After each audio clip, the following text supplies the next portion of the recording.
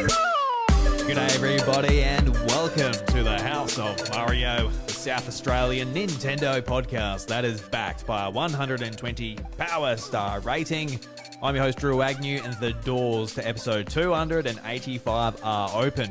Today on the show we're going to be talking about that Emio The Smiling Man Detective Club whatever demo. Close. Nearly got it, Drew. I almost got it. I had it written down, but then I realised I didn't write Emio, I wrote Emil. Elmo the Smiling Man. I would buy a game called Elmo the Smiling Man. Oh, I killed someone.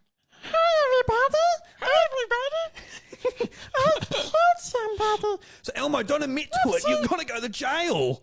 I didn't mean to. Oh, no. You're Yeah, so I good don't at that. Yeah, so we're going to be talking about that demo. Josh has played it. And also some other games, Cat Quest 3, Stellar Blade, and much more. The Nintendo Museum Direct that happened just after as we recorded last week. But the talk all about that is my good friend Josh, or JT if you like. Josh, how you going, mate? Drew, hello, how you going? And then hello, listeners. I'm doing very well, thank you. Doing very well. I've had a nice week of gaming, checking a few things out, and then I'm keen. I'm keen for this week. There's things happening. We got Elmo The Smiling Man coming out this Thursday, and then Nintendo Live. I'm off to Nintendo Live on Sunday in Sydney, so I'm getting keen, Drew. Very keen.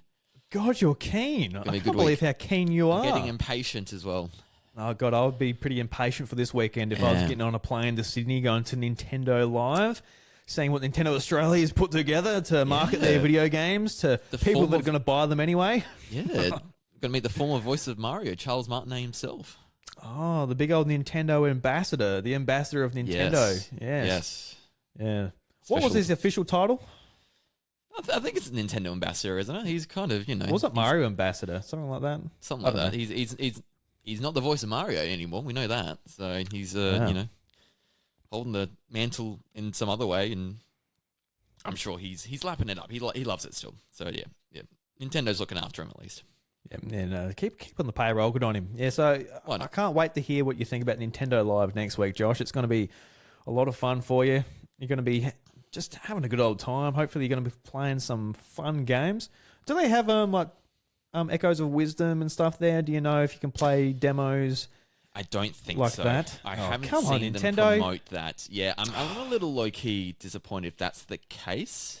I think they would have promoted it if that was going to happen. So I think so. Yeah. I don't know if it's been playable anywhere, though. So this would have been the first place in the world, maybe? It might have been playable to the public, if that was the For case. the public, yeah. If it's Nintendo Australia, I don't think they ever get dibs on that kind of thing. So it kind of, yeah. But that would have been awesome. That would have really sort of made it extra special being there. But there's plenty of other things. I think there's a lot of themed areas. I was looking at the map that got revealed today. There's like a Mario area, a Zelda area, Pikmin area, Animal Crossing, and there's, I think, activities you do there, knockout competitions. There'll be mascots, so you get photos with Mario and Luigi. Oh my God. Yeah. I've always wanted to meet them. Yes. They're my heroes. I love Yep. Mario and Luigi. They're so cool. Yeah, we should do it. We should do Yeah. a Nintendo podcast. I reckon. I think you. Oh, I have the same reckon we interests as should. Me. Yeah. And then You do too. Yeah, I'd do it. I don't do it fortnightly though. I couldn't do it every week. And then Charles Martinet, Q&A with him, and then photo ops with him or something like that. And then we'll be able to play other games, I'm sure. We'll be able to play some things already out. Yeah. Just bring your own Switch and set up a demo station and pretend that you're actually just Should I bring my 3DS as participating. well and do Street Pass and get 0 hits? and Yes. get really, No, actually, really 100%. sad? Bring your 3DS. That'll be actually Alright. interesting to see. Yep. Because, I yeah, will. the 3DS resurgence is strong. Ish. Ish. I've seen mixed results. I think Gamescom, I saw some people do it and nothing. So Yeah, I got to remember to bring mine to PAX. Actually, that's probably something that we both should do, is just have our 3DS. I brought it to PAX last year. Do you remember me? Yeah, I remember you. Yep. I didn't. I did not remember. I was like, oh, yeah, the 3DS, that distant relic. I got 10, probably within the first hour, and then I checked Then it you at the end of the forgot. day. Mm. Yeah. Yeah, so that's the problem. Even people that do bring their 3DSs, they got to be on it if they're going to be in the If you want to rotation. maximize, I'd have to check it every hour, I reckon, because I would have hit people. That is something that I really miss from 3DS. I miss Street Pass. Like, you can, I don't want to diverge into Switch too, but you can imagine like an upgraded Switch that runs games how you would want them in 2025 with stuff like Street Pass and all of this thing that makes, Nintendo systems super unique. Something that like nothing else in your repertoire does. Something that a Windows handheld will never do and things like that. I hope they really sort of embrace what made that era of their platforms really cool. But yeah, we shall see in the near future. I hope so. I do too. But before we get into some more gaming stuff, Josh, how's your weekend been, mate? How's your week been? It's good to talk to you again. What have you been up to? You've been playing many games? You've been refereeing? You've been playing sport? You've been going for your runs? What's been going on in the world of Josh? Yes, it is business end of my umpiring. So we had the last minor round game on the weekend. Ran really hard. I'm feeling good, Drew. I've had a whole year of just doing extra sessions, like once a week with a few of us for the running coach and just like building up fitness, and it's really paying off. So able to really run out these games and feel good. So yeah, that's been great. And then I know, Drew, I do the whole thing. Like I do ice baths afterwards. I take like protein. I stretch a lot. Like as a 30-year-old, I've got to make sure I keep fresh and give myself every possible advantage I can. So so that was good. I watched a lot of footy because it was last round of the AFL. And then my mate in fantasy, he was in the grand final, so I was watching his team, and I knew the people they were playing against. So I did a bit of that, but then also Famicom Detective Club demo. So I've been big on that this week, giving that a go because they done like the demo, but it's staggered the drop. So there was a prologue, and then chapter 1 came out at first, and then a few days later, chapter 2. I've done first 2 chapters. I've done as much as I can until Wednesday morning when the next drop comes for chapter 3. And then the game comes out Thursday. So I'm kind of just like waiting and wanting to play the whole demo. But I've got to wait 2 more days, effectively, or a day and a half now until Wednesday morning. So, I've heard some like mixed opinions on it because I'm a bit like, I just want to play the demo now. I'm ready to play it. Let me do it. Whereas some other people I've seen like kind of don't mind having to wait, and like they've been on like forums and talking, like people are theorizing who the killer is and their theories on what's been happening so far. So, and no one can work it out from what I've like played the 2 chapters in. It's but I've actually really enjoyed it. It's been I don't know, it's clicked with me a lot more than the Missing Air one that I've played, the first remake of Famicom Detective Club. This one's, I think the premise of it, with Emio, and then it's a bit of an urban legend, and then with the putting the paper bag over the victims, the smiling face. It's been a really cool story. So, even if you're not big on visual novels, I would really recommend anyone listening to give it a go, because they're not really my thing, or historically, or anyway, like from what I play, but it's really sort of taken me by surprise how much I've enjoyed it, and sort of wanting to sort of read extra and go through the motions of it all. So definitely would recommend. I'm keen for it this Thursday. Yeah, I've got my eye on it because I would like a really engrossing murder mystery story to sort of really get into. Yeah. But I haven't played any of the other games in the series. I missed the remakes that came out a couple of years ago. But I am excited to check out the demo. I haven't gotten around to it just yet. Yep. I did want to get around to it to talk to you about it, but I did not. I played some other stuff instead. That's all right. You've been playing some interesting things as well, from what I've seen. Yeah. So, like, is there any voice acting in this game at all? Like, what's the sort of gameplay? So, is it sort of looking at clues and putting them together, like point and click style, or what are you actually doing in this game as far as like the actual gameplay goes? Because I've actually got no idea. Yep. So, there is no English voicing, so it's all text, and so you can hear the Japanese voice acting. Then you'll have the English text, and you'll read to that. So I wouldn't mind if they had the option to do the English one, because I probably would do that. I know some people get a bit weird about, they prefer to have the Japanese one. But I think for me, just hearing like Xenoblade, the actual English voices would be the extra thing for me anyway. So yeah, it is a bit of pointing and clicking, but that's not the real way you do it. It is a lot of dialogue, and you're sort of asking people questions. You're going, working through your notebook to sort of collect clues and details and things like that. So this game does it a bit better than the older ones, I believe, and just because I think I mentioned it on the show previously, like I played a couple of hours of the first one, and I just like felt like I was stuck sometimes and didn't know what to do. Whereas this one sort of prompts you a bit more. You'll know when an option isn't available anymore. It will be the same quick response. So okay, it's something different. There'll be yellow highlights sometimes with keywords, and then like prompts for the next thing for you to do. But sometimes you got to like, instead of you got to like try and like, it's a lot of like, you got to reflect as the person. So there's an option to think, and so there'll be like text in brackets of what your character is thinking right now, and that will trigger another conversation point with the person you're interviewing or things like that. And then sometimes you got to point and click. You actually click on the person, and it'll bring up the next clue or something else that your character notices when that happens. But it's not like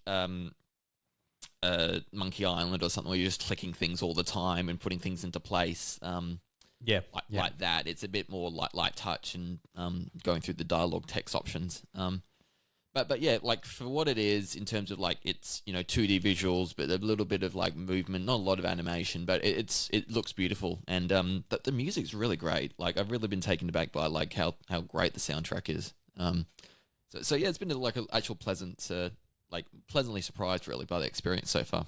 Yeah, I love like the demo too. Like none of your progress will be wasted; it will be transferred to the full game when you pick it up. So I do enjoy those demos. I played a demo which I'll talk about later on, but that's just like a part of the game that won't transfer. So it's kind of like, I wish it kind of went over. Not that I did anything, but I'm like, I really want it transferred over. It was just like a random part of the game. But yeah, I do appreciate when the save data does get transferred over. But I wouldn't be playing the demo otherwise. Yeah, if it didn't it's good for you because like you're playing it basically a little bit early. Yeah. And you're spacing it out. Nintendo's doing that for you just with the release of how they're doing the chapters. Yep. So it's not too early, but I always point back to Octopath Traveler 1 where it's like, oh, look, you can transfer it, your save to the full game. And I played it like a month early. Like, oh, this was great. I loved it. Like, beautiful. The story was interesting enough. I was just grinding out. The 3 hours was up. Cool. And I bought the game, booted it up. I'm like, where the hell was I? What the hell am I doing? I forgot, like, Octopath Travelers have like the brake mechanic or something. I could not remember what to do. And I'm so stubborn too. I'm so stubborn. I'm like, I'm not going to restart. I don't want to waste my 3 hours. That's 100% a Drew problem. 100%. Don't. Yeah, I don't blame you. That's a normal thing. I don't want to replay something I've already done. That definitely won't be the case with this because it's only been like a week before the game releases. So that definitely helps. But yeah, they've done some weird things and different things marketing this game just from that first teaser trailer, building that hype around it and then revealing it that way, not showing it in a direct, giving it its own oxygen, and then now dropping the demo in parts. So it's really been quite different, sort of the things they've played with this. So I hope it builds a bit of interest and people actually do consider buying it, and surely it does better than the other two because they gave nothing for that one, and that I reckon that flopped pretty hard. So I'm hoping that's not the case here. Yeah, like the marketing team kind of have to work for their dollars here in some respects because they are dropping it in a busy time. Yes, like that's true. They're dropping it within days of Star Wars Outlaws. I think like the day before. Day before. But early access next week. Yeah.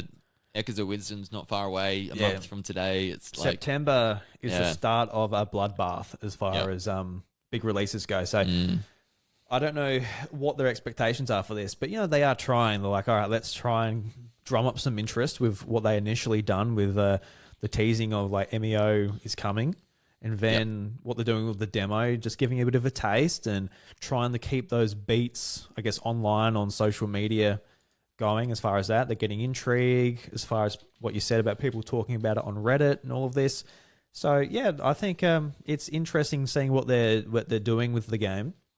And we'll just see if it plays out. And hopefully it is a good game worth getting and people sort of talk about it from there because... Yeah. These visual novels, like... there is a big audience there if they can get it into people's hands, especially like the Switch audience as well.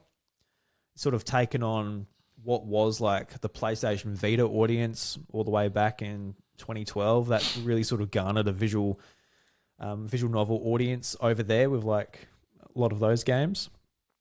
So yeah, that's right. See if Nintendo can hit it themselves. Yeah. So you said you're not really into visual novels. Have you ever played through one before? I suppose not really, and then I suppose that's my sort of not into it because I haven't really properly given it a go. So I don't read novels a lot. I think that's where that's coming from as well. So I think sort of enjoyed.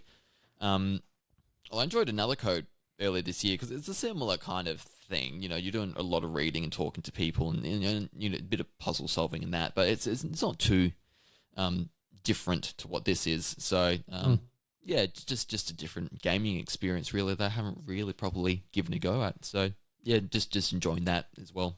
It's the uniqueness of it. Because mentioning Star Wars Outlaws, you mentioned that you're excited for that game.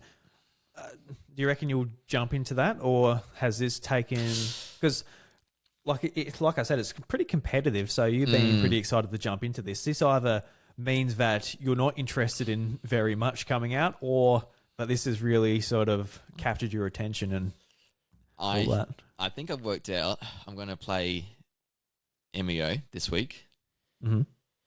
Get as much as I can for then Astrobot early next week, and then Outlaws when that's on sale. I'll pick that up. That's sadly. Right. It'll be like at least $10 or $20 off, like in 2 months. Yeah, something the Ubisoft way. Or I get a subscription to whatever it's called at the time. Ubisoft Plus. Yeah, on my PC. If I play it, that's how I'll play it. But it does not fit in my gaming schedule. Like it just does not. I'm not playing Concord, that's for sure. No one else is either. Bloody 400, 500 people active users. I think I saw. Yeah, look, I'm actually a little bit tempted to pick it up because Concord, really. I kind of want like a shooty bang bang game. True, we've got Helldivers. We do have Helldivers, and yes, exactly. We will play that. So that is a reason why I won't pick up Concord. Yep. But people are like poo-pooing Concord, and I've seen some really weird comments about the game being woke and all this. I don't know what that's all about. Just because the characters are diverse, I don't know why. It's just like, why would you want all the characters in the game to be the same? I don't know. Anyway, that doesn't mean anything. But the whole fact that the talking conversation around it just being that it's a paid game, I want games to be paid. I don't want every game to be like, oh look, we're going to get you in, then we're going to nickel and dime you for the rest of the time you play the game. We want your battle passes. We want you buying $40 skins. We want you this. We want you that. I appreciate that Sony and Firewalk are just making a game where, hey, it's a multiplayer game, $60, and you get all the characters, the maps, all of this for free going forward. And that's it. We'll leave you alone. I kind of like that. And it reminds me of Mario Run on mobile. When Nintendo comes out, hey, look, we got a quality mobile game with Mario in it, $10.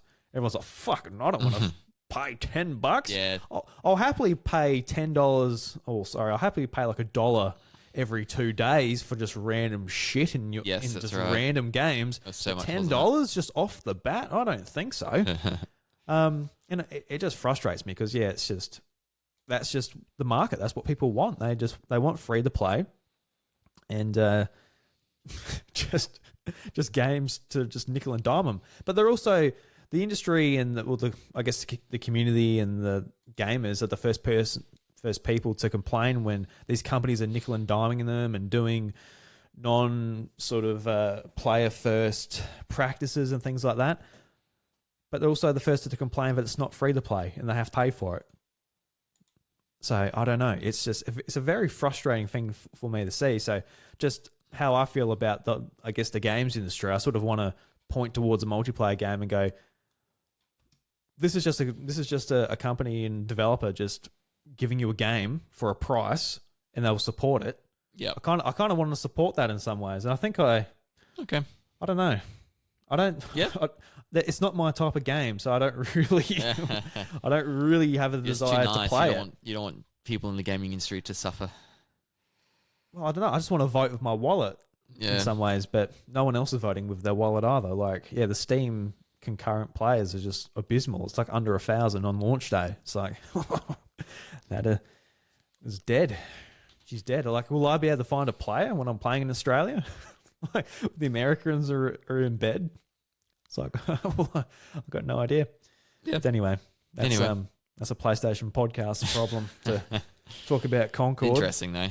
It is interesting, yeah. It's just it's a little bit unfortunate. It's just all the titans that are around at the moment with Fortnite, Apex Legends, League of Legends, all these free-to-play games, like they will remain on top, and it's hard for anyone else to come in. And their point of difference with PlayStation is that, pay up front and we'll leave you alone. But people don't want that. They want to be able to test the game and see if they like it beforehand, which is fair enough. But yeah. But anyway, I've not been playing Concord. Anything else you'd like to touch on, what you've been playing, or Elmo Detective Club before we move on? Still going on with Luigi's Mansion 2, slowly but surely. I'm getting through that.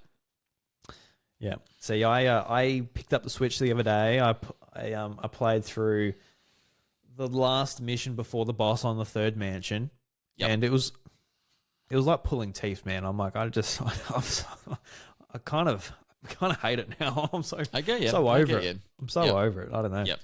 So frustrating. And like the controls, like when there's like a few ghosts around, I'm like trying to spin Luigi around, and I can't quite like judge the depth. Yeah, sometimes I'm like trying to flash my light and it's missing. I'm like, I don't know. That's a Drew problem as well.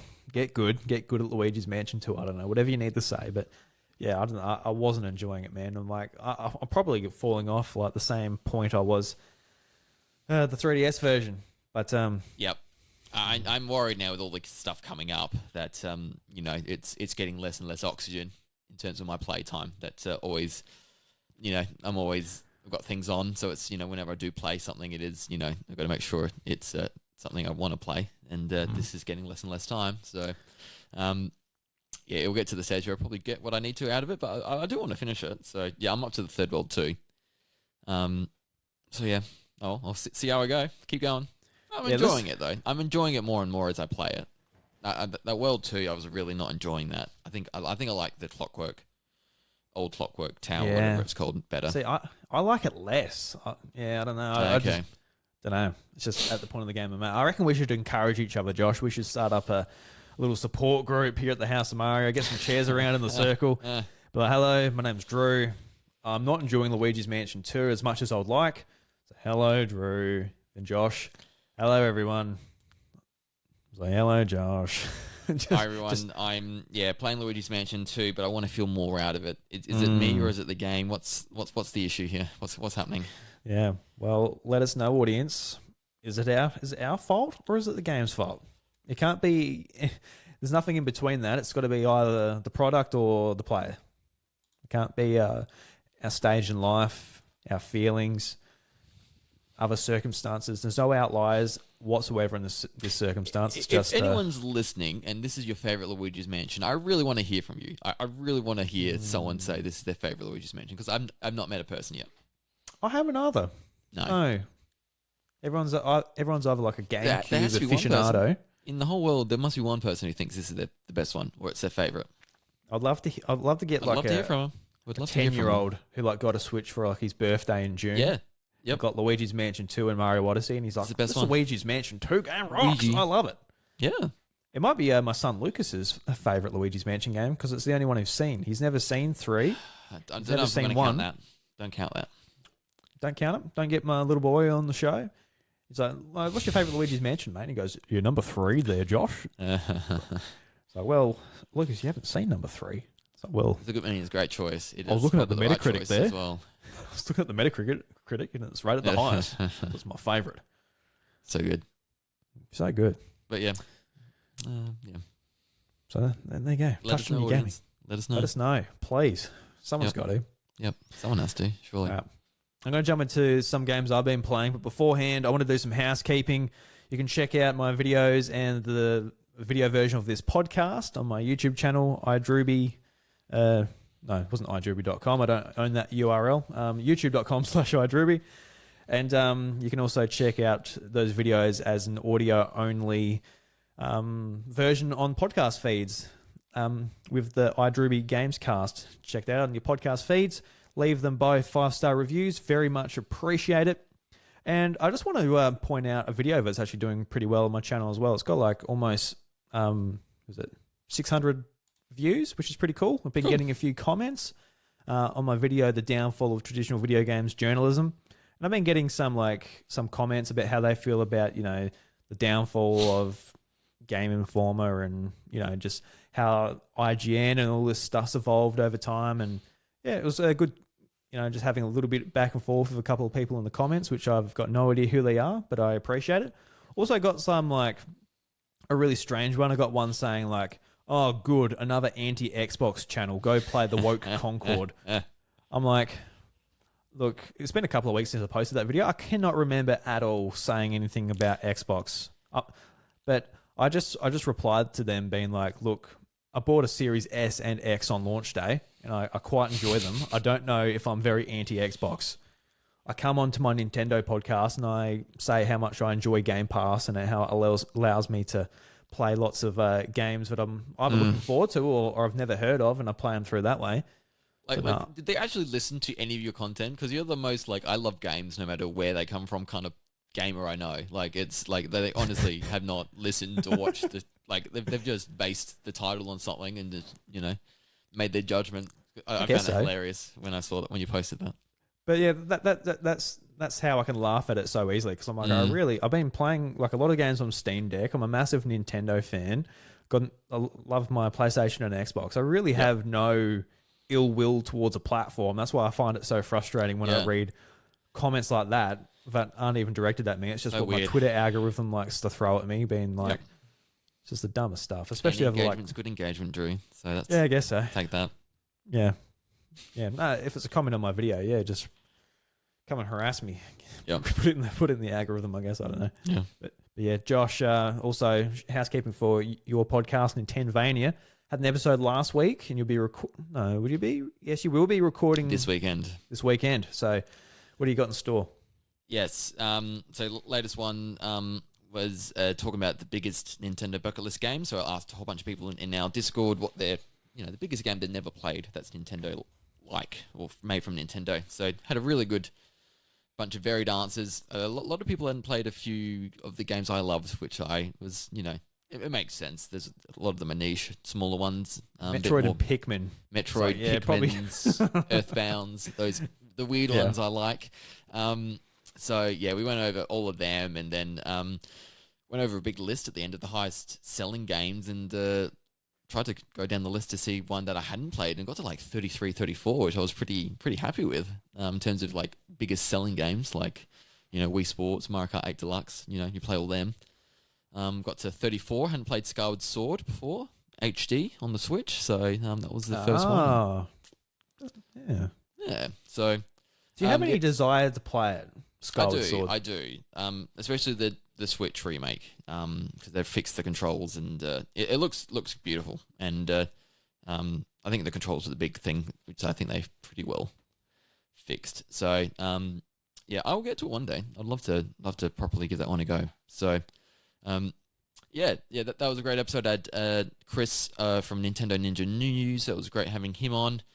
But then, this weekend, Mickey and I will be at Nintendo Live. So we'll be filming some things. We'll record an episode over the weekend. I'll just be having cameras on and audio synced up, and we'll talk, and I'll put something together. Nice, Love man. the So, episode. yeah, Michaela's going to be your guest. Yeah. That'll be fun. Yeah, Yeah. that's going to be awesome. Yeah, so we'll be there for the day, flying in and flying out, and be like a vlog kind of podcast.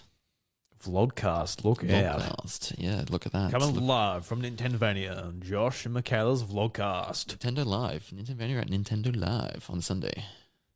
So yeah, and then if anyone's there on the Sunday, please say hello. I think Sunday's gonna be the quieter day. I think we know more people going on the Saturday, but I couldn't do Saturday, and Sunday was one to go, and we got tickets in the ballot. So yeah, Is anybody from your Discord going that you've talked to? yeah, a few on the Saturday. Just Mickey and I on the Sunday though. So Okay. yeah. What about yours? Haven't checked in House Mario just yet. No, I don't. I asked mine tonight. Was Zach going at all? He's the Yeah, person Saturday he's going. He's going Saturday, is he? Yep. Damn, Yep. man. You're going to miss everyone. I know. Yeah. You're not going to socialise. You're going to go and look at some Nintendo stuff. You don't need to talk to anyone. Oh, I wanted to do both. It would be No. like a bit of a PAX experience. That would have been. I'll save it for PAX. Most people That's get right, PAX yeah. anyway. So Yeah, don't burst your bubble too early. We've got to wait for PAX to socialise.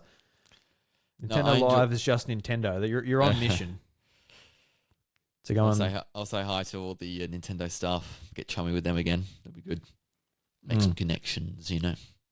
All that Always important stuff. I always appreciate the Nintendo staff that are just like obviously employed just for that day or that weekend. Yes. Like, hey, have you played this Pokemon game? Like, yeah, I really enjoyed it. And the thing you like talk about it, they're like, okay. They just lose interest and like move on. Well, actually, Well, yeah, just be that person. Well, actually, chew, it's just chew this, their ear off. it's just this poor person just hired by this PR firm. Like, what the fuck? I just got to interact with these nerds who think they know more than us. Yeah. We'll Bloody probably do no good. anyway, but no. Probably do anyway. We're Well, pretty well, knowledgeable. I definitely know all about that. I don't give them any grief. They're just No. doing a job. Just doing a job, man. Yeah. So are you getting low key jealous of everyone going, and you're not going to be there? Is that what I'm kind of picking up on? I'd love to go. I cannot be bothered to make the effort to get there, though. Like, I would have to It's too late drive. now anyway. Yeah, exactly. I would have to drive to Adelaide to go in Sydney. Yeah, go to Sydney. Even I'll have to like. The wrong way. Yeah, then I'd have to.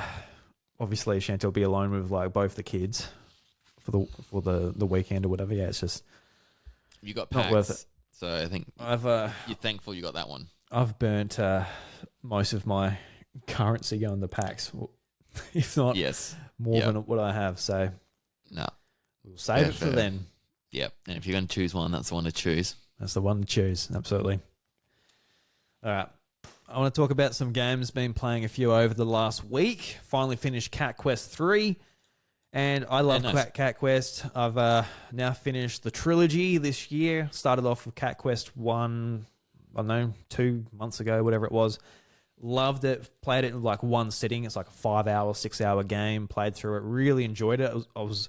It kind of blew me back. I'm like, this was so much fun. And I just sat down and played the whole thing. Loved it. So going on to Cat Quest 2, it was like I knew that I was really going to like it, and that was just like a bigger, better Cat Quest 1. Heaps of side missions to do, Yep. A new co-op mode put into the game, and the whole game's like centered around like a war between cats and dogs, and you're playing as both a cat and a dog that are like brought in unison together, and you can like swap between them because you're always in a pair. So even when you're not playing co-op, you've got like a CPU co-op partner with you, which was different.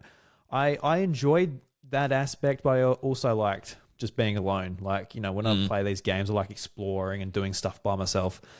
So I kind of missed the being alone aspect in some ways, even though the rest of the game was better and improved. So going to Cat Quest 3, I was keen just to be by myself, sail the high seas. This game's got a massive pirate theme.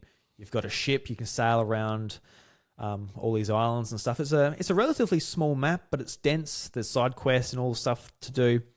But I did mention this last week, and I think that it brings it back in the ranking as far as like the 3 games go for me. Is just I didn't feel as much like progression, Because in the first game, like you just start hacking away, you level up. Oh wow! Then you can find enemies that are way too strong for you, so you get level gated that way, and you work your way through the dungeons. But the dungeons played a lot less sort of role in this game, as well as the side quests. The side quests didn't seem to pop up as much as what was happening in the second game. So I was kind of struggling to level up, and there were some sections that were a little bit frustrating with the ship combat, because when I was just playing like on foot with the cat sword and your ranged weapon, I was able to go in, hit, move out, go in, and I could sort of play the game well to get around that. But the ship combat was a lot more frustrating because you've only got like a cannonball attack,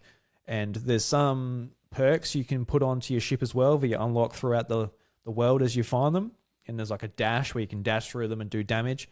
So a lot of that gameplay, especially towards the end where I was trying to beat some of these boss ships in the overworld, I had to lure them out into the open ocean, cannonball, go through them, avoid their attack, do a big sweep around. And yeah, I just found that it got a little bit old, and yeah, damn. The progression it wasn't as good as the first two, which, brought it down for me. And I feel like even the story, because the cool thing about these games is there's a really actually interesting overarching story about, each game you're finding these artifacts, and, there's one artifact in the first game, second artifact in the second game, and obviously the third game, third artifact. And it's sort of all coming together to what's inevitably going to be Cat Quest 4 that gets teased at the end of the game. And there's this big overarching story about this somewhat this human who,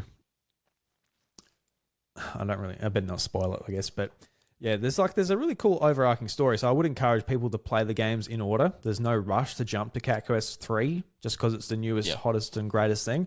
I think you're going to get a lot of mileage out of 1 and 2, and they're really cheap too. If you get them on sale, put them on your wish list. They're $5 when they go on sale. I picked up both the first two games for $5 on the eShop.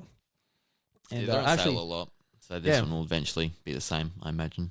And even on Steam, I picked up Cat Quest 3. It was in a bundle with the first and second game for only a few dollars more than just the third game by itself. So pick up the trilogy pretty cheap. So yeah, massive recommendation. But unfortunately, the third game just fell a little bit short for me. Not in its writing, not in the overarching presentation, because the presentation just took a massive step up just in how the game looks and all of that. But yeah, it kind of fell short for me because I was so impressed by the first game, and that came out in 2017. So it came out a long time ago. Then the second game stepped it up. But yeah, I just feel like what they tried to do with the open water situation and the boat and all of that. It's the highest rated Cat Quest, though, on Metacritic. The others are mid-70s. This one's 81. So, and I don't hear anybody else have my criticisms either. But the people that I've just heard talk about it just in passing, they hadn't played the first two games, so maybe that's something they aren't thinking about, or they didn't really have that particular problem. Because I looked it up on Reddit and stuff too. Some people, I saw a Reddit post, someone saying "Oh look, is Cat Quest 3 hard?" And it wasn't hard. It was just man, I'm so under leveled. I can't seem to find the experience. Whereas the first one is just there's side quests just popping out your ears. There's a side quest, and once you finish it, you get rewarded with XP. So, yeah, I really liked it. But yeah, definitely play them all. This definitely isn't an anti-recommendation from me. But yeah, man, I love the series. It's definitely a highlight for my year this year, playing through these three games. Really great games made by the Gentle Bros, which is a cool little dev name their studio has as well. So yeah, I love Cat Quest 3, but yeah, it's low on my ranking. I think if I have to rank the three games, I think I put them in the order of number 2 is my favorite, then number 3, then number 1. That was what my ranking is. 2, 3, 1. Okay. 2, 3, 1. Yep. Just because the first one's so short, and the presentation, it's like the first in the series, so it took a massive step up over the next 2 iterations. But Cat Quest 3, Cool. Please give it a go. Give It's it a very go. good. Yeah, it's building up. I think there's a bit of a fan base to it now, which is good to see. And as all game series sequels get, I don't know, open world just seems to be what they do. The more entries they do, the bigger it gets. Yeah, and it's kind of a cool game to introduce to kids, I feel like, too. Like, Okay. you can imagine, like, especially with like the co-op. Actually, I've been hearing on the Carpool Gaming podcast, Sean has been playing Cat Quest 3 with his daughter. I'm like, that's just like a really good use of this game. Like, yeah, just like, oh, go and get that treasure chest and like hack this enemy and I'll help you and I'll go over here and do this. Like, it would be like a really good introduction game to a lot of people. So yeah, when my son's a bit older, maybe I'll get out the Cat Quest and hack some stuff with him. Cool. But I've been talking about these games for a while on the podcast, Josh. Have you got any intrigue about giving them a go yourself, or you're like, no, not really, don't really appeal to me? How are you feeling when I talk about them? I mean, like, it's on sale, and yeah, I've like heard you enjoy them. So yeah, definitely, potentially one day, just all the other stuff to sort of, I don't know, things I'm probably getting more captured by, if I'm being honest, intention wise for games, and than the Cat Quest stuff. Oh yeah, 100%. We're in a busy year, but yeah, these games just as soon as I played the first one, I'm like, this is something pretty special. Yeah, So, I'm stuck in my old ways. I play a lot of just Nintendo. I'm very much like if I divulge into something else, it's like it's really got to capture me. So I don't do it a lot, which is I'm probably missing out on a lot, but it's just how I am as a gamer. Just play mainly Nintendo stuff, and maybe the big PS5 things like Astrobot next week. That's going to get my attention. Outlaws as well, but that's really the crux of it for me. If it's unless it's really going to capture my attention, I'm probably not really going to get around to playing it. I can imagine, be like, all right, Josh, we're going to get you out of your comfort zone there, mate. Big PlayStation game coming out. Just out of your comfort zone. I know you like Nintendo, but we'll try something different. Here's Astrobot. So, all right, if I have to. Oh, that was never a sell for me. I was always when I bought my PS5, even the VR. When I bought the PSVR, I had the VR Astrobot game, and that was great. And then I need to get back and properly play it, but I enjoyed that. But then Astrobot, Astro's Playroom, that was awesome. That with the PS5. So that was an easy sell, and day one purchase for me now. The new Astrobot game next week. That's gonna be great. Yeah, I've pre-ordered the controller, so I don't need any more controllers, but I need that one. Oh, you've got it too. Awesome. Dude. Yeah. I saw that controller. I'm like, heck yeah, I'm gonna like get so much FOMO if I see it in the game, and I could be playing exact same one, or without the LED touchscreen. Had to get that. Did those eyes light up, or is it just a sticker? I think it's just stickers. I assume it's just a sticker, but if they made that see-through and light up, that would be special. That would be good. Yeah. Yep. I am very excited for Astrobot. It looks amazing. Yeah. I cannot wait to play it. Yeah. I am a little bit worried about using that controller though, because it's got white sticks. They get dirty. That's true. Never thought of it that way. So a little bit. I'm not going to play my normal controller playing that game though. No, I'm not either. Yeah. How many PS5 controllers do you have now? Oh. I got you one. Yeah, you got me like that nice blue color. I've got. Yeah. Well, no. let me step back. Let me talk through this. I actually know. When I got my PlayStation 5, I got an extra DualSense, which is just white. That was the only color at the time. So you got two of them. So I got two of them. And then I bought a red controller because I want a different color. They brought out the colors as well. So I got a red one. Nice. And you bought me a blue one. I'm like, oh, beautiful. Like, got the nice blue one. Light blue. Yep. Yeah. Then I got a second PlayStation 5 for my gaming trolley. And that's obviously the PlayStation 5, that comes with a controller. And the idea was to get rid of... Yeah, that means the idea was to get rid of that controller because I don't need it. But I just never got rid of it. So I got 3 white controllers. Oh, is it still in the box? No, it's taken. No, it's out the box. It's out of the box. Yeah. Yeah. It would be a separate box, would there? Because it was so funny. My second PlayStation 5, because you know what it's like when you getting a new console. You're like, look at the box, you get it out. You're like, it's like a thing. You go through the instruction. You just sort of indulge. You embrace it. Yeah. The second PS5 was out the box, set it up, put it on the thing. The box went straight into the recycling. Like, it was just like the giant egg carton thing. Yeah, It was just so anticlimactic. Oh, yep, there's a PS5 for my thing. Done that. It was just another part of my gaming trolley. Like, there it is. Yep. Cool, it's there. Love it. Man, I've been So I guess 5 controllers then, and soon to be 6. Yeah. And how many people do I play multiplayer with at home on PlayStation 5? Yeah, how many? Fucking none. No, the other day, I guess my birthday, we played mainly on PlayStation 5. We played Mortal Kombat. We played Tricky Towers. We played Nidhogg 2, Nidhogg 1. It was actually all on PlayStation, apart from Smash Brothers, which is pretty rare, actually. Usually the Switch is the multiplayer one machine. to go with. Yeah. But not you that get time. a PlayStation Edge, PS5 Edge? No, I kind of want to, but they're too expensive and my Steam Deck does it. So, yeah. My Steam Deck does it actually really well. Like, I went to go and I was playing Dead Cells on the Steam Deck from the PlayStation 5. I went and did a little test. I walked around the house, went and sat on the toilet, just on the lid. I wasn't actually doing a donkey or anything like that. Thank you. Thank you for clarifying that. But I was just like, just use case. I'm like, oh, look, I'm so addicted to this game. I've got an Yeah. issue. I can't stop. So I'll just keep playing. And it worked all around the house. I'm like, oh, this works really well. So Yep. don't really need the Edge as much as No, you don't. the only thing with the not the Edge. Actually, I've got the Edge controller as well. That's the other controller I missed.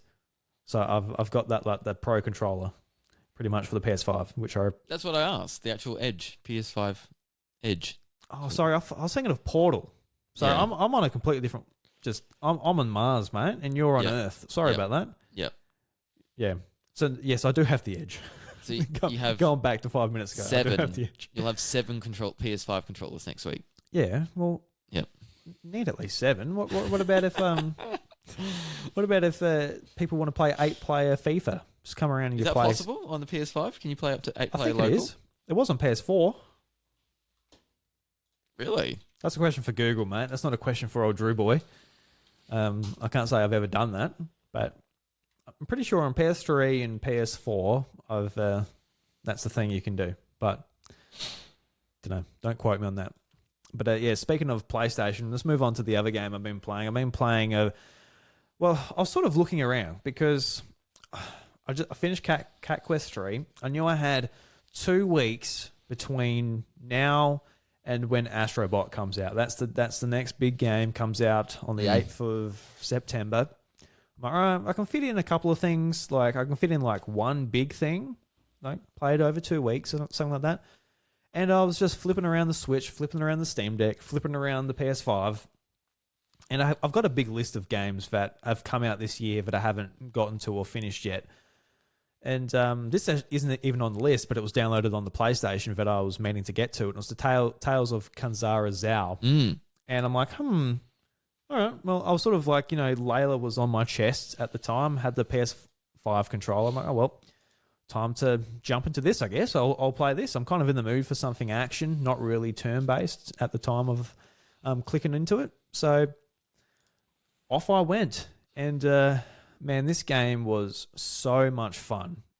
And I was a little bit worried after Prince of Persia, The Lost Crown. Like, that was just like an immaculate Metroidvania from gameplay and story and presentation over a 20-hour or even longer experience. It was like just a tremendous game by Ubisoft. So I was a little bit nervous for this game because it kind of like captured the same audience just in the way it looked and the storytelling and all of that. But also, that game was so good. And this is by like a smaller game.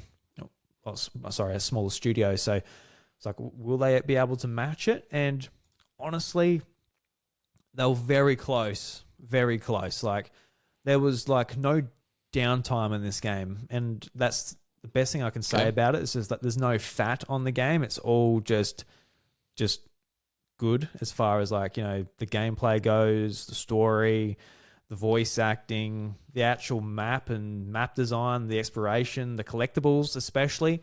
I felt compelled to actually like go and find everything. I got the platinum trophy over on PS5. Yeah, smashed it. Because it's not bloated. Like it's got like echoes to find, which basically fill up your skill points. There's trinkets that you can add to your character that gives you certain buffs. And there's like, just upgrades to health, upgrades to just your combat attack and all that. Just it's just all fairly basic. It all adds towards your actual gameplay and your character. So I felt compelled to go and get it. And it took me about 9 hours to finish the game. And I just feel like that's like just a really nice length. Not too long and, not too short. It was just a really great experience jumping in and out. And after the first night of playing it, I did a tweet just saying like, man, I've had so much fun with this game. And it's coming off like the end of Cat Quest and playing Luigi's Mansion 2. I'm like, I was just kind of happy Cat Quest was done when I finished it. And Luigi's Mansion 2, I'm like, oh my God, I don't know if I can do this. But I'm done. But Tales, man, I loved it. It was so much fun. That's awesome. So I'm so glad I got to play it. And the story as well, it's like the death of this young man's father, and he goes into like a storybook that his father had written, and it goes through of like, I guess, his experience of coming to terms and letting go and moving spirits and other people onto the afterlife, and eventually obviously what you do with your father as well. It's a really touching story, beautifully voice acted, touching into African culture, which is really, really interesting, just from somebody obviously who doesn't come into contact with a lot of that often in South Australia. So I don't know, man. This was cool. It's one of the best games of the year. It's in my top 5. It's certainly like it's fantastic. But Lost Crown, how does it compare? Like if you're gonna choose one, if I choose one, it has to be Lost Crown. Still, yeah. And it just comes down to like Lost Crown, like the gameplay, the combat system just feels immaculate. Like it feels amazing to smack enemies up into the air, juggle them, smack them down. The skill tree as you're unlocking things and your abilities are growing. I guess Prince of Persia as well. It's a lot more sort of focused on platforming, whether that's a negative or a positive. I think, it's just a lot more filled out game, The Lost Crown. But in some ways that kind of works out to be a negative in some ways too, because in The Lost Crown, I didn't feel compelled to go and get all the collectibles. There's just too much. I'm not going to go and find everything. I'm not going to do that. But with this, it's like, it's pretty bite-sized in comparison. So, just a huge recommendation. Cool. I think the one thing for me in the combat system, because in Kenzera, you're with, was it L1? You're swapping between basically 2 different modes. You've got powers of the moon and the sun. So your moon powers are like ranged attacks. On the PlayStation, I'm hitting square. It's doing like a blue shot out of my hand. So using that as a ranged attack. And then you can like freeze water with it as well. And then with the sun abilities, you've got like a spear, and it's a lot more melee focused. So it's just like smacking them with your spear. So how you're able to like chain those together is pretty cool. Like I'm ranged, I'm hitting him from far away, then I swap to my melee, I get up close, I smack him that way. And it was pretty fun. But cool. What I found really satisfying in Prince of Persia is how you're in the air, and then you can do like a big smack to the ground, you like slam to the ground to finish off your combo. Yep. I feel like it was just missing in this game. Like you can juggle them a little bit, not as well as you can in Prince of Persia, but like I'm in the air, and then your enemy sort of falls to the ground, and then you just sort of like, well, I guess I'll just fall to the ground too. I like going the douche. Then you can sort of yeah, just move on from there, and it just flowed a little bit better in Prince of Persia. But Yeah. I think yeah, if you're a fan of Metroidvanias, play both. And if you've got a little bit less time, play this one because it's shorter. It's shorter. Yeah. Well, Lost Crown's incredibly long, isn't it? So that's awesome. I really feel it got released way too close to the Lost Crown, and all these comparisons get made, and yeah, it's unfortunate. Yeah, I really think the timing of it's a bit unfortunate. But it's on PlayStation Plus, isn't it? So I think that's how I played it. Yep. You could just if you got the subscription, just jump on straight away. So that's awesome. I think another you don't mind the formula now, Drew. You don't mind that gameplay. So you slowly we'll get a Castlevania into you soon, I reckon. Give one of those a go. This is another Metroidvania, which is like, this is where your objective is. Go this way. And I appreciate that because I love exploration in games. I don't love it where it's like, we're not going to fucking even hint. A lot of them do hint, but so we're not going to tell you where to go.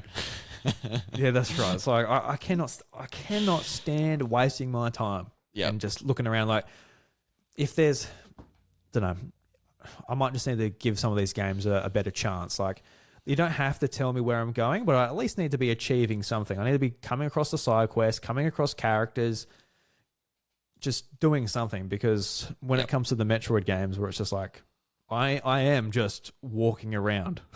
Like, I'm not, obviously with Metroid and like Samus, it's all about being a lonely experience. It's not about running into NPCs and getting side quests and all this along the way, or finding collectibles even. Well, there are collectibles to upgrade your energy tank and stuff. But apart from that, it's just, just need a little bit more, Josh, you know? Yep, I get you. No, fair enough. Yeah. So they're the two games that I finished. The other sort of stuff that I've been playing and started afterwards is I played through the Visions of Mana demo on Steam Deck. This game isn't coming to Switch. It's coming to literally everything else. And I guess in some ways this is why like I'm getting pretty impatient for like a new Nintendo console. It's just like a lot of these games are just coming to everywhere except for Nintendo. So it's like, all right. So I guess I just won't play my Switch. Even though like the Mana series has been really prominent on Switch, the remake and all the older games, but the new game, not so much. A little bit much for our little 8-year-old friend here, but I really enjoyed the demo, Visions of Mana. It's, I guess, an action Japanese RPG, and the demo, it sort of just chucks you into like a part of the story. So I got no idea really what's going on or what the characters have gone through to get to this point. Got no idea, but the battle system's fun. You run into some enemies, and it puts up an arena around you, and you just hack and slash your enemies and all of that. It seems fun enough. Towards the end of the demo, I played the boss, and the boss kind of sold it to me. I'm like, oh, this was a lot of fun just to play. And I went and checked out some previews from IGN about the game. They got to play like the full version, I assume. And they touched a little bit on what the story's about and all that. I'm like, that sounds pretty interesting. So I would like to play it, but I don't know where I'm going to fit it in. I'm not sure. It's probably not busy. anytime soon, Drew. I would have thought. No. Good luck. Yeah, we'll see though, because I've just started Stellar Blade. This was a game I bought in April, but I hadn't got around to it until now. I thought like this little pocket. The time is now, and Stellar Blade, action game. I don't know if people consider it a Souls game. There are campfires where you go when you heal yourself, the enemies respawn. It's a difficult game. It does have all that, so I guess it's a Souls game. I've always been, whenever somebody says like it's a Souls game, I'm like, all right, I'm not playing that because stuff that. I'm like, I'm not a. When I get to game, like at night, I'm not really switched on to be like, all right, let's learn this combat system and let's get through this grueling boss. It's just it's just not what I'm all about. But this game, it does have a story mode. And, I immediately put it on story mode. I'm like, all right, I'm not struggling through this.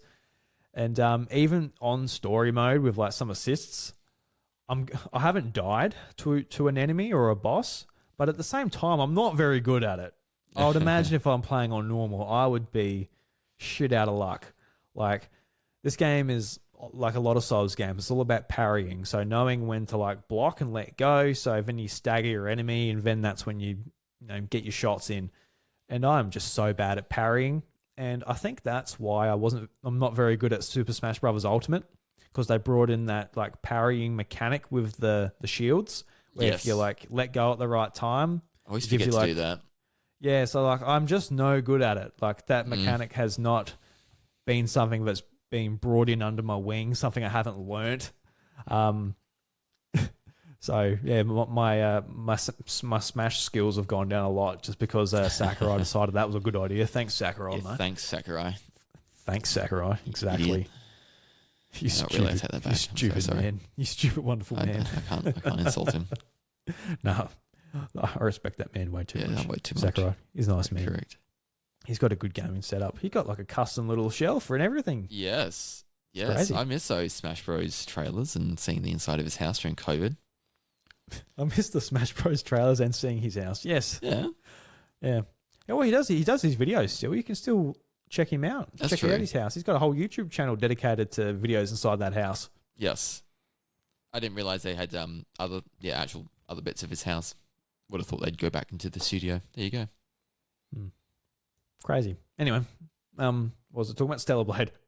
Yeah. So I'm very bad at the parrying.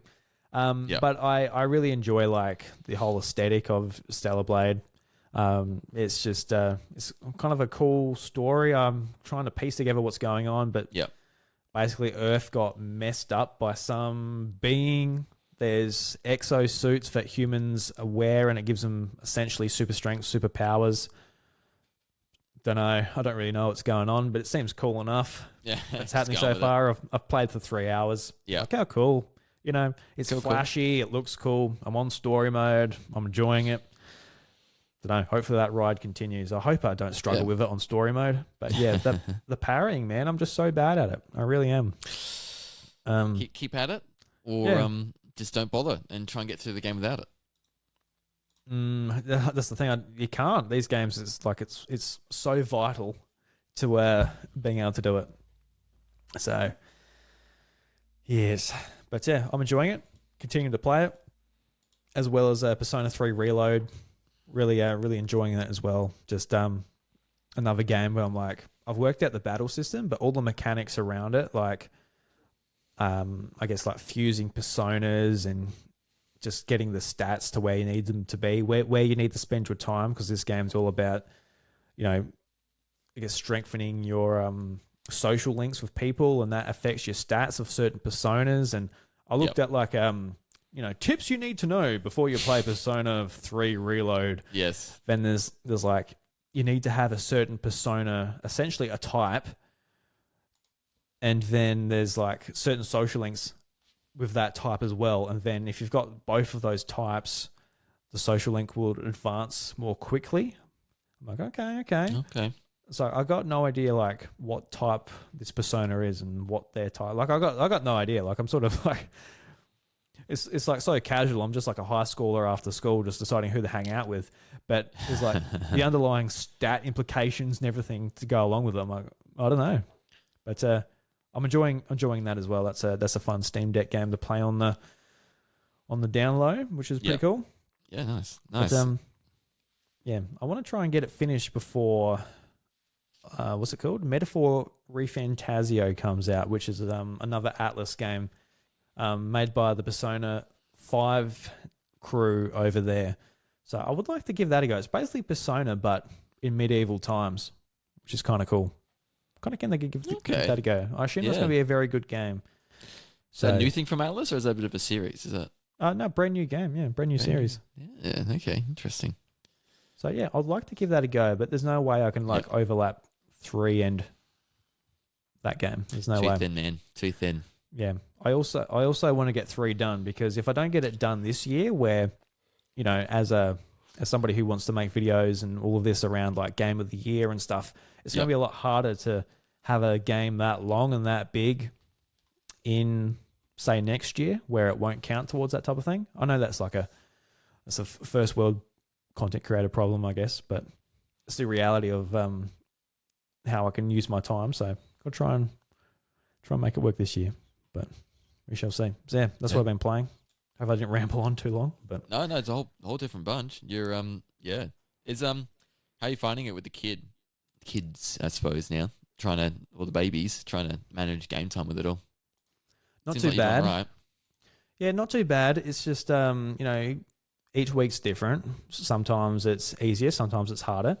But I will say it's just about like having the right tool for the moment, which sounds weird, but it's just you know, if somebody who like just has like say a PlayStation hooked up to their TV, you're gonna have some times where you can get to the TV and your controller. You're gonna have other times when you can't. But if you've got other tools sort of around you, you'll be able to utilize your time a lot better. Like sometimes the Steam Deck or the Switch will be easier to pick up, then sometimes you'll be in front of the TV anyway, and it's a lot easier. To hold a controller than hold a whole handheld device if you've got a little baby with you or something. So yeah, it's sort of about balancing that way. Because I was sort of just stuck on the couch with Layla. I'm like, oh, might as well play the PlayStation, I guess. I'm just sad here because why not? I can't. I was just sort of holding it while Chantel was trying to get some things done around the house while she had some free time. So yeah, it's not too bad. Not too bad. Any dads out there, you'll be able to keep doing a little bit of your hobby at least. That's good, man. You're making it work, and handheld gaming it's come to the rescue. Sure has, Josh. That's where it becomes a little bit trickier. Like, where do I get Visions of Mana? Like, do I get it on Steam Deck or do I get it on PS5? Do I rely on streaming to the Steam Deck from PS5? Don't know. You gotta think about these. Very, very important questions. Well, you got enough controllers, so I wouldn't worry about That's that. Right. Do I have enough PS5 controllers? Yeah. Don't have a purple one though, or a pink one, or a grey camo, or a galactic Grey camo. volcanic red. The volcanic red one is nice. The silver. Oh, I have a silver one. No, you don't. Oh, you do. You've 8. Is that what I'm hearing? Yeah, I do. I forgot about that one. I bought that one because to strictly use with the PS2 and playing PS2 games on emulation because that color reminds me of the PS2. It takes me back. Yeah. Oops. So I forgot about that one. That's because it's not really a PS5 controller to me. It's a anyway. Don't worry about it. 8. So is that the last number? Are we gonna any more than that? No. but I can remember. For now. Yeah. For now. Yeah. Love it. That's great. That's awesome. Yeah. So good. So last week, Josh, there was a Nintendo Museum Direct. It happened literally hours after we recorded last week, and it actually happened before we actually released that episode, just for my timing of editing and uploading the show. Yep. And I don't know, not too much to say about it. We talked about it last week, just what we think would make a great Nintendo museum, and I sort of just mentioned it would be cool to have a lot of interactive things in the museum, interacting with their old games, old hardware, sort of rooms set up dedicated to old stuff of theirs that you can actually play with. And they're very much about the interactivity when they actually demonstrated a lot of these things that they're going to have at the museum, like the overblown controllers, which are really cool. We saw in the background two people holding a massive Wiimote. Yes. Playing Pilot Wings or something from Wii Sports Resort. Big balance board. Yeah, that'd be cool. I really want to see the big Nintendo 64 controller, just holding that analog stick in the middle, just playing Mario 64. That'd be a lot of fun. Or if you're playing Sin and Punishment, move up to the D-pad. That'd be great. You gotta sit on it and roll around. Yeah. So you can imagine how, that'd be massive, that thing. But yeah. So you're going on a honeymoon to Japan, and you will hopefully be able to make it. I think you got to get a lottery ticket and for a chance to win a chance to buy entry. There's a ballot. They come out 2 months or something in advance. I've made notes when I need to be ready for it. So so chances are hopefully we'll get in. We'll try and find a way to get multiple entries or something. I don't know how that works, but rig it, man. I think it looks great, this place. Like we mentioned what we were hoping for and seeing, and it's Nintendo, and they're all about entertainment and family friendly stuff, and this is just oozing that kind of stuff. Just great collection you could see of like Nintendo's past games and the way you can sort of see them on the screen. With the speakers as well, so that's going to be great for people sort of maybe a little bit less familiar with the history of Nintendo, sort of going through the years. Those massive controllers just really sort of like, no, I think they were the favorite bit of mine, just seeing a massive, Nintendo 64 controller just floating around. I think there was a Virtual Boy or something in the background, and a GameCube controller as well, so like all of them are going to have massive ones. I didn't see a Wii U gamepad anywhere, Drew. Did you see a Wii U gamepad through? No, I didn't. You can imagine a massive one of those. Yeah, so I'm like, that'd be hard. Like, I want to see a big Wii U gamepad, like unless like it's too hard for them because it's gonna be touchscreen as well, or it's just not gonna work for what they're trying to do. But it would be difficult. Like it'd be so the hardest. How the hell one. do we do this? Yeah. Yeah, correct. But yeah, like and obviously Nintendo just wasn't video games. Like they've got a really rich history of like card games, obviously, and then the obviously the other not video games, but other physical games and contraptions and toys they made beforehand. So I did laugh when they talked about that Miyamoto's just standing in front of like all the old like where the Ultra Hand would be and all that, and it's like all this massive like cabinet stacked with stuff, and it kind of looked a little unorganized. I thought just all the toys they made previously just crammed into this one section. I know there's lots of things they haven't shown us in the trailer, but that was funny to see. But yeah, it's just going to be full of interactivity and just entertainment, and yeah, you'll learn a lot going there, obviously, and I can't wait to go in the Kyoto. It is so. Hopefully we get tickets. We should do, and we'll try and not go on a weekend or something. Go during a weekday, and yeah, can't wait to check it out. Buy some merch there. Be at the cafe. Tap them Toad heads. Michaela loves Toad, and then so we're just gonna get to the entrance and the singing Toads. We're just gonna be there for 15 minutes at least. She's just gonna be like bopping them and playing around. It's gonna be quite funny. Yeah, I could. Yeah, when he did that. I just imagine like that place just packed and like 14 kids are like smacking these toes. Yeah, you won't get a free chance with it. Everyone's just tapping it. It's just like, oh my god, it's like they're all going off at once, and these kids just giggling and screaming, just smacking these toes. Like, like, oh my god. Yeah. Yeah. But yeah, it'd be cool. Yeah. When you go over there, are you going to go to one of the Nintendo World theme parks as well? Yeah, because. As Josh, you're an old man, all right? You're 30 years old. You're like, stop. You just, you're so old, mate. You're so old. I knew where I was going with that, but I went with the thing of you're so old so much. Look, I can say that because we're the same age, mate. We're the same age. Until you turn 31, and I've got a couple of months until I turn 30 as well. Yes. Or 31 as well. Yep. But what would you prefer to go to, the museum or the theme park? Because for me, I've got like two answers. I've got like the family answer. Like two kids. Chantel will enjoy the rides as well, even though she's not a Nintendo fan. But the theme park will be fun for the kids. We'll have a good day out, go on little rides and all that. I'll have fun.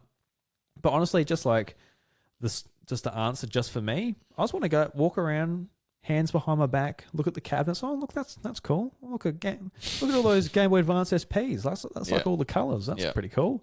All the Pokemon games. Oh, that's a big control. Oh, I reckon I'll just this is a museum I'll truly love just to walk around and go, yeah.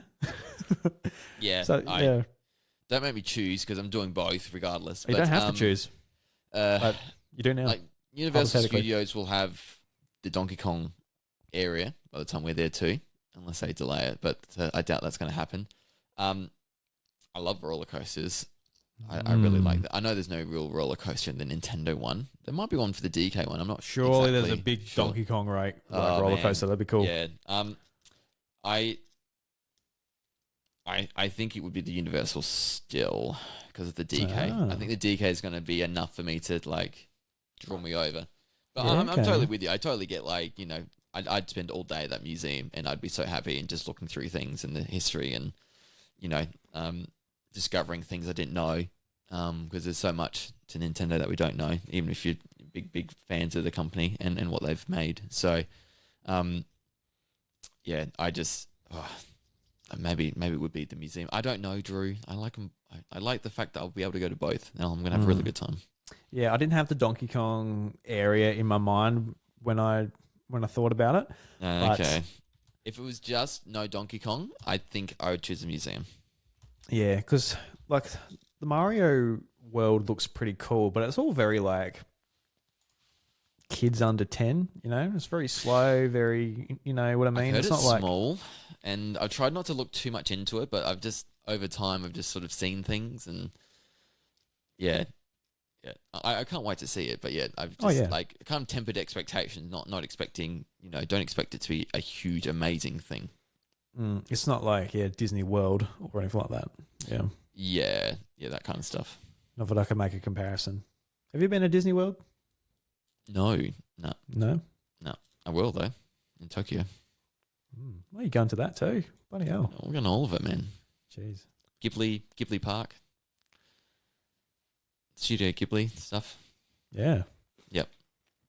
Wow. Doing all of it, man. not Disney Sea. We don't have enough time. How long you away for? 3 weeks. 3 weeks. Wow. Yeah. You can have one packed week and like the rest just chill out and We're gonna like ski for a few days as well. Spend time in Tokyo, Hiroshima. We're doing a lot. It's gonna be like packed. Yeah, right. Yeah, it'd be great. You're saying like, are you jealous about this weekend? No, I'm not. But the honeymoon sounds pretty good. Yeah. So yeah, Nintendo Museum. Go and check it out, Josh.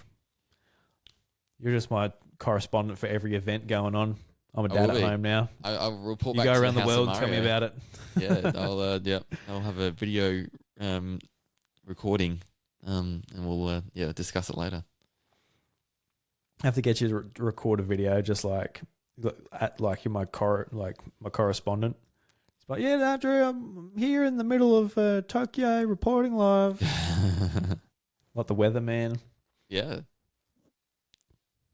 I'll do it, man. I'll do it for free. For free? Oh, good. That's how keen I am. There is a coaster at Donkey Kong. There'll be a roller coaster. Ooh. Yeah. I want it to be like, On a minecart, of course, because it makes total sense. Yeah, I was going to say it'd be like a real hard minecart level, whereas like you can easily fall off. You got to like balance and like do the jumps at the right time. Make sure you don't hit the bats. Otherwise, you fall off and you die.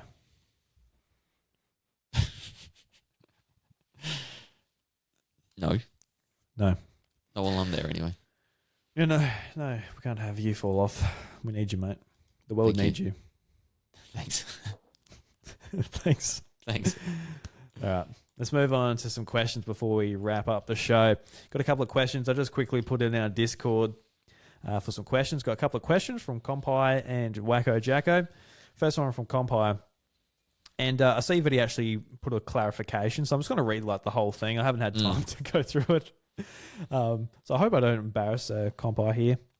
But he says, I feel like the team working on the Zelda series has backed themselves into a corner after Tears of the Kingdom, with having the Ultra Hand ability needing to be somewhat recreated again and again now. With even the mechanic, with the new entry feeling somewhat similar to it, as in Echo of Wisdom, you can use it that way. They're going to be able to return to a Zelda game without an almost godlike mechanic after what we've had in the last few games, or what they are going to reinvent the wheel every time, so to speak. I've rushed typing this. I hope it makes sense. But he's gone on to say, to clarify what I was trying to say earlier, and let me simplify it. Link, or now Zelda, usually has some sort of OP way of manipulating the world around him, whether that be through the ocarina, masks, conductor baton, wolf transformation, etc. Lately, we've been able to directly manipulate the world or objects in the world rather than the world around us. What do you think the dev team will do to try and break away from that, or will it become a staple from now on? And it's an interesting question, sort of like, we are seeing a follow-up to Tears of the Kingdom, the game after, where Zelda has just tremendous power over objects, enemies, all sorts of things. Like she sort of just has like the snap of her fingers. She can do a lot of things. So yeah, I don't know. I feel like they will just reinvent the wheel every time, but it's sort of got to like play through, I guess, Echoes of Wisdom first to see how they sort of handle the mechanic in this game. Like, how much power do you truly have? Because like in Tears of the Kingdom, you have like you can pick up a lot of sticks and glue them together, but you can't pick up enemies and throw them around and stuff really. But I don't know. How do you take this question? What do you think? I think it's a fair point because, such a fun and cool mechanic in Tears of the Kingdom, and the things you could build and create in Tears of the Kingdom were unreal and fun, and the whole package meant like so many hundreds and thousands of different ways you can play and experience that game, and so topping that is going to be tough without bringing back Ultra Hand, without bringing back some of those features and maybe enhancing them or building upon them in some shape or form. So, I really don't envy Nintendo trying to top Tears of the Kingdom. So, it wouldn't surprise me if it's back in some shape or form.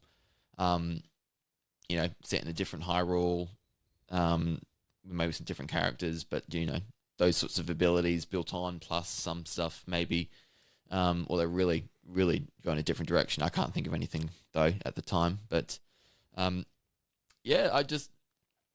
do wonder if they, deliberately, while they're making Tears of the Kingdom, knowing, what the Ultra Hand was and, like, what this was opening up and the possibilities that they, like, when they, like, were looking to make another 2D Zelda game, they're like, hang on, let's incorporate this into the 2D game, and this looks fun, and let's go with that. So, wouldn't have surprised me in the slightest if that's taken inspiration from that. So, it's not a bad problem to have, isn't it? Like, when your game's really good, you're worried about how you're going to top it. I feel like more developers should try and be like that instead of just, seasonally releasing a new game and it's marginally better in some shape or form. Nintendo does this a lot too with other series, but with Zelda, they don't really. So, I wish they treated other series like this.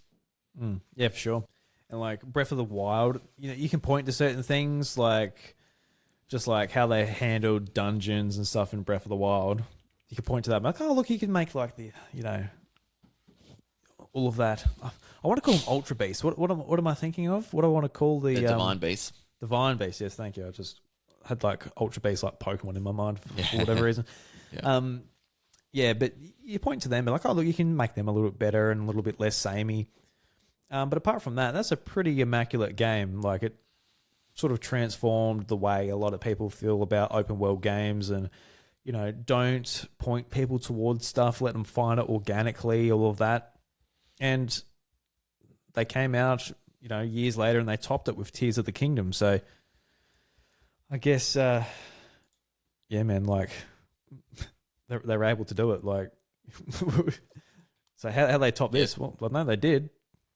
They've got very talented people who's like, it's their life, it's their job to find a way to top it. They've, as they're developing these games, they're like, look, we can't do it this game, and we'll implement it next game, and just the amount of like, I guess, discussions that go on, like, all right, what can we improve in the next game would be maybe a lot more than even people like us realize as well, I'd assume. So, yeah. I think I think it's important for the next Zelda games not just to be what Tears of the Kingdom or Breath of the Wild are. If it's like all right, the next Zelda game, it's open world, you've got to go to the shrines, then you've got to like upgrade your stamina and your hearts, and then you just do random temples around the place, then you decide to go to the last boss. So I don't feel like they can do that again. It's just going to turn into what Ocarina of Time did to the series, where it just become like a formula. And by the time Skyward Sword come around, you could just see the numbers on the page, being like, I can see what you're doing. I know what I'm going to do next, because it's just rinse and repeat the whole time until the game ends, and it just becomes repetitive. So, and it's what like a lot of Ubisoft games have turned into too. Like, they're great games. They're a lot of fun going around ticking stuff off, taking down bases and all of this. But after like Assassin's Creed and Far Cry and all of these different series do the exact same thing and they just keep doing it. It's like, well, we're a bit bored of this. That's sort of why Zelda and Elden Ring sort of stand out so much, because it's like, oh, look, they're not doing that.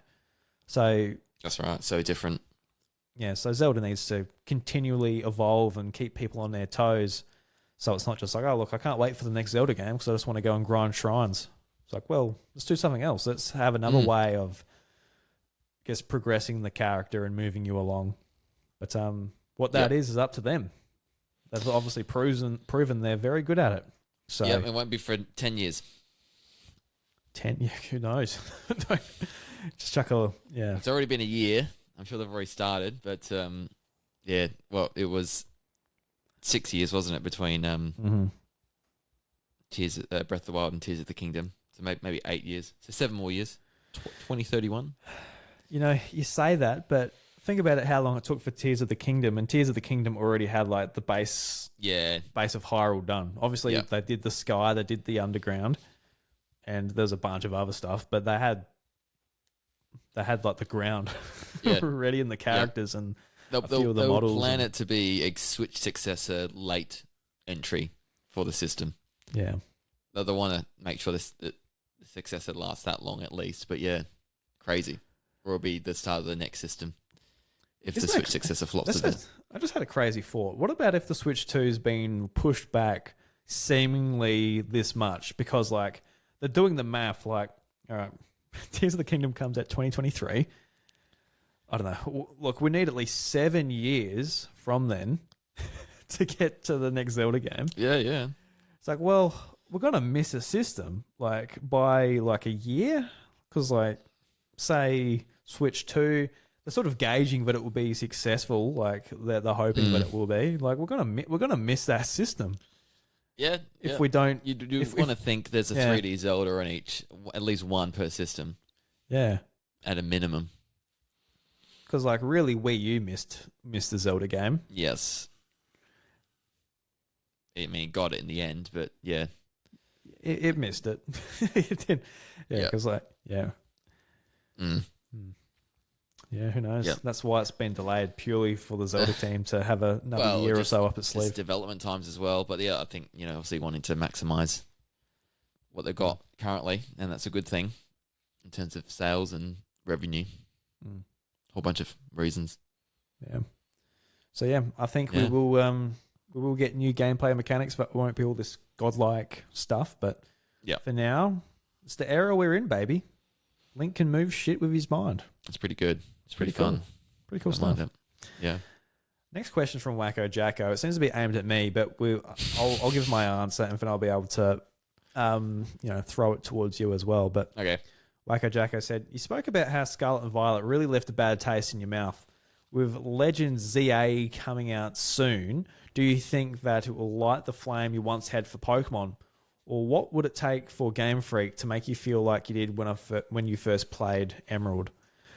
And like he refers to Emerald because it's my favorite Pokemon game. And I played that, 2005 when it came out. I had friends around me. I was in primary school. We were playing the game together, did the Pokedex together, all of that. So I never expect a game from my childhood that I love to a game in the same series to give me that same feeling again, because I'm not looking for that same feeling now. I'm not 11 or 12 years old anymore. I'm 30. I've got 2 kids. I want these series to evolve with me when I'm playing them. So, what I want from Pokemon is just them to come out with a product that isn't embarrassing to like recommend to other people. Like, I'm a massive Pokemon fan. I don't want, with Scarlet and Violet, I really can't recommend it to people being like, well, this is worth your time. Like, if you're a Pokemon fan, you'll enjoy the open world and the back and forth, catching Pokemon, the whole formula we've fallen in love with over the last 20 so years. But Scarlet and Violet was just, I don't know, it's just a big step back as far as, I don't know, it was such a big step forward, but it was also like as far as quality goes, it's just not good enough at all from like a Nintendo game. So as far as like Legends Arceus, or not Legends Arceus, but Legends ZA, I think, look, I loved Legends Arceus. I had a lot of fun with it. It was as far as like the way the game looked, it's like, it's kind of, you compare it to like PlayStation 2 games. It looks pretty comparable to a lot of like the best looking PlayStation 2 games. But I really enjoyed that game. It was a really sort of good evolution of, I guess, the Pokemon gameplay, as well as interacting with the Pokemon, throwing Pokeballs, what they did with like shiny hunting and exploration, and just the lore of the ancient Sinnoh region with Hisui. It was a lot of fun. I think they did a great job with it, and it ran. It didn't do what Scarlet and Violet did. So yeah, I honestly don't have any problems with it. I think when the game came out too, I was pretty glowing about the game as far as just like how much fun I was having with it. I spent like 80 hours just playing that game. It was I had so much fun. So yeah, I don't expect to have like this childhood feeling just brought back, but Pokemon's just a series that I love and I want to keep loving, but it's just Scarlet and Violet just sort of just put out that flame for the most part. I'm like, well, I just feel like you don't care. I don't like this. Like, I feel like there's a part of the team, like with the Pokemon designs and the open world and things like that. It's like a lot of sort of thought goes into this. Like, you see where Pokemon are spawning from. You can see that, the designers are thinking about like the ecosystem and like where Pokemon are placed and all this. Like, it's not just like 100% random, but no, it shouldn't be what came out. Like, it needed more time in the oven, and you can just see that it's just being pumped out. So yeah, when I said Legends Arceus, I want it to look good and run good, and have new ideas, and just be a fun Pokemon game. That's all I'm asking for. Yeah, like, I'm not asking for much. I think if Legends game wasn't out at the moment and we just got Scarlet and Violet, I think I'd be less excited about what's going on right now and be pretty negative about it, especially with how well Scarlet and Violet sold, meaning, they're probably going to do more of the same and not really change it. At least Legends Arceus was like such a different direction, was so fun and unique, and, Pokemon, but done in a whole different style that a lot of people wanted to see, and, excited to see how they build that. And so I think that's sort of got me a bit more excited for the future of Pokemon, not necessarily the mainline next one, but yeah, the next, like ZA, when that comes out next year. Yeah. Yeah, you bring that up actually. Like, if we didn't have Legends Arceus breaking up Brilliant Diamond, Shining Pearl, and Scarlet and Violet, if they were just like be pretty one bad after right another, like, that's the thing. Like, it's not just Scarlet and Violet for me. Like, even like throughout the 3DS since X and Y, I'm like, well, this feels like. All right, let's. with like X and Y, a lot of the time went into like making the Pokemon 3D. So like, there was like no post game. A lot of the game was missing. Then Alpha Sapphire, Omega Ruby, they were decent remakes, but they also didn't really line up with what I wanted either. Even though, like, looking back, I guess they're pretty good compared to what we've been getting recently. Especially compared to like the most recent remakes. And I wasn't a massive fan of Sun and Moon, and it's not even like a quality thing. It's mainly just because they're so linear, and people just talk and talk and talk, and it's just like the exploration just got sucked out of those games. So I'm not a massive fan of those games either. Then going into Sword and Shield, it's like a new era on Switch. And then it sort of starts off with like just at E3 them saying like, oh look, all the Pokemon aren't going to be in it. And I didn't care that I wasn't going to be able to like pat a Porygon in in Sword and Shield. Yeah. So I don't really care about that. It's just the whole thing of like, the series has been going downhill over like the last 10 years in my eyes. And now it's just like, they're taking more away without giving anything back, really. And the whole thing was like, hey, look, we're going to be able to put more time into this and that, and instead of like having to like balance 800 Pokemon. It's like, oh, well, fair enough. And I actually kind of love Sword and Shield, even though like Yep. there's a lot of quality problems with that as well. But I was able to overlook it with those games because at least when you run around, it doesn't go to shit unless you're playing online in a wild area. But yeah, then it was like a massive nose dive with Brilliant Diamond Shining Pearl. Like, just they're very basic remakes that added nothing except for like an art style I actually hate. It looks awful. Not a fan of that. Yeah, it was just remaking the game effectively. No platinum content. Yeah, no platinum content. It's like a lot of like, what are you doing? What is this? Yeah, I'd just rather play Diamond and Pearl in some ways. And then Then Arceus was like a nice little, this is new and interesting and fun. And then back to Scarlet and Violet. So yeah, it isn't just Scarlet and Violet. It's been a long time since some like a Pokemon game's come out. Well, this is awesome. It's got so much stuff to do. Like comparing it to like Black and White, which is truly like the last great Pokemon game to come out. Black and White 2 with like so much. It felt like a love letter to Pokemon. Like Black and White 2, where you can like challenge every gym leader, every Elite Four member that's ever existed, and there's like that Pokemon World Championships in it. Like it's just like a love letter to Pokemon fans, and it's had nothing like that ever since. Like it's just there's no like added feature in the post game. It's just it's like the trading system, like the trading station where you can like seek a Pokemon and like put a Pokemon up and like, hey, look, I want this. Like it's turned into like this friend code thing, which is it's just awful. I don't know. It's a series that's been in decline for a long, long time, and it hasn't really shown any care. And it's selling better than ever. So who cares? I guess. But I don't know. I'm finding a lot of fun elsewhere, and Pokemon's it's not bringing it to me. And it's pretty. I'm a sucker. I'm an absolute sucker for Pokemon. They just put out a fun little game that runs and works well. And it's like a lot of monsters to catch and some post game to play afterwards to train them up and try and beat it. I'm there every year. Like you're ready.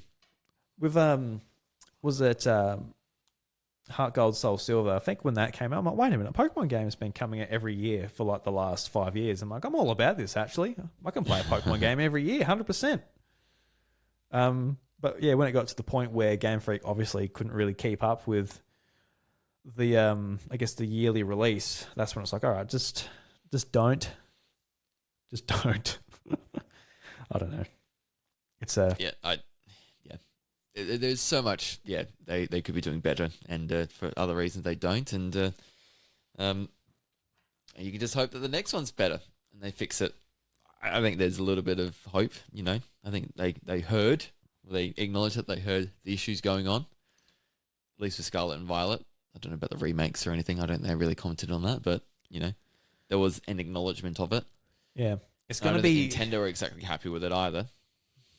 Yeah, Nintendo wouldn't be because their whole mantra is just quality. Yeah, and the quality's not there. Especially Pokemon, like that is the entry point to their console for a lot of gamers. Like it was for me. I came into Nintendo because of Pokemon, and I dare say that's still the case now with a lot of kids. And when those kids want to be introduced to like a high quality product, like Scarlet and Violet was not. So like Nintendo knows that. Yeah. Like I also was like, if you're like a producer or a director or whatever at Game Freak, where it's like, oh look, people online are very actually pretty displeased with the state of this game. It's like okay, so how's that affecting the bottom line? It's like it is not. This is like the fastest selling Pokemon game of all time. So okay, so yep, yeah. What's that saying about what they need to do? Not much. Not much. Yeah. Yep. More of the same. Get ready for it. Same. Yeah. So I don't know. It's a series that I just don't have much hope for. Wacko Jacko, thanks for introducing this depressing tangent. Yeah, you made Drew sad. Thanks, Wacko Jacko. Yeah. Yeah. Oh well. Love you, Wacko Jacko. Thank you very much for your question. Thank you very much, Compi, for your question as well. Thank you, Compi. Very much appreciate it. But Josh, that brings us to the end of the show. We're done? Done, mate. Awesome. You can put your pants back on and you can get on up and walk out. Thank you very much. No, always a pleasure, Drew. Thank you. Keen for this weekend. I'm keen. Yeah, man. You have to tell me all about it next I week. will. Are you going to be okay to record next Monday? Yes. Yeah, I'll tell you all about it. Okay, cool, man. Because when are you coming back? Are you coming back the Saturday or you come back the Monday? What's going We on? fly Sunday morning and we get back Sunday night. Day trip. Day trip. Beautiful. I man. would be so tired on Monday. Yeah, man. After trying to slap you awake or something over the camera. Yep. I can't get you. Yep. Wake up, please. Yep. All right. I'll be thinking of Charles Martinet. That will keep me going, keep me awake because it'd be so nice and friendly.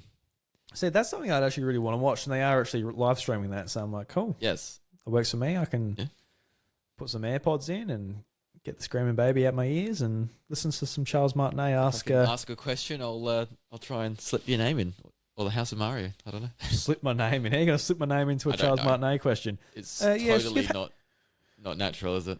Yeah, like, so Charles, you've had a very robust career with Nintendo, and you've voiced one of the most iconic voices in gaming history, Drew Agnew. So how does that make you feel? Oh, seamless, smooth. If I'm going to do it, I've got to do it like that. Yeah.